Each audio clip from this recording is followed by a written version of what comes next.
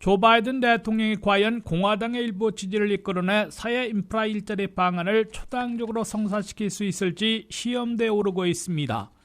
바이든 대통령은 오늘 공화당 의원들과 백악관에서 만나 최근 제안한 2조 2,500억 달러 규모의 사회 인프라 일자리 방안을 초당적으로 추진할 수 있는 공통분모가 있는지 모색하기 시작했습니다.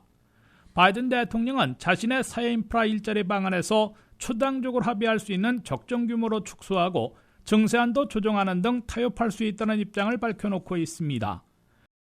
Democrats and Republicans will have ideas about what they like and what they don't like about our plan.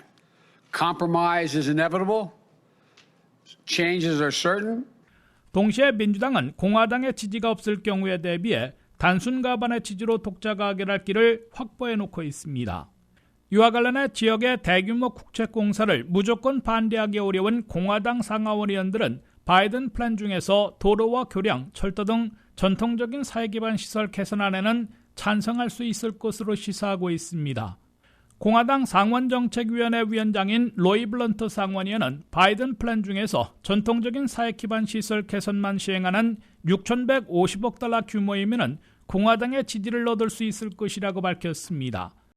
About 30% of the $2.25 trillion, about $615 or so billion. I think you can do that.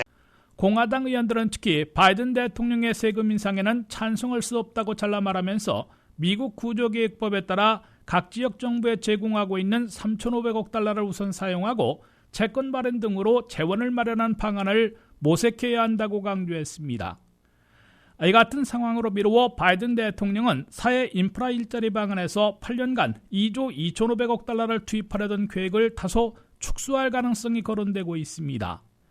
대기업과 다국적 기업, 부유층의 세금 인상으로 15년간 2조 5천억 달러를 거둬들여 사회 인프라 일자리 방안에 투입할 재원을 모두 충당하겠다는 증세안에서는 증세폭을 다소 내리고 증세 방법도 일부 수정할 것으로 예상되고 있습니다.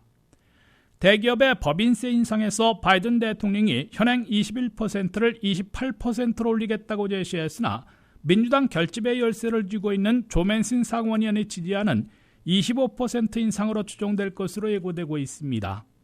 또한 휘발유세 인상으로 일부를 보충할 가능성도 거론되고 있습니다. WKTV 뉴스 한면택입니다.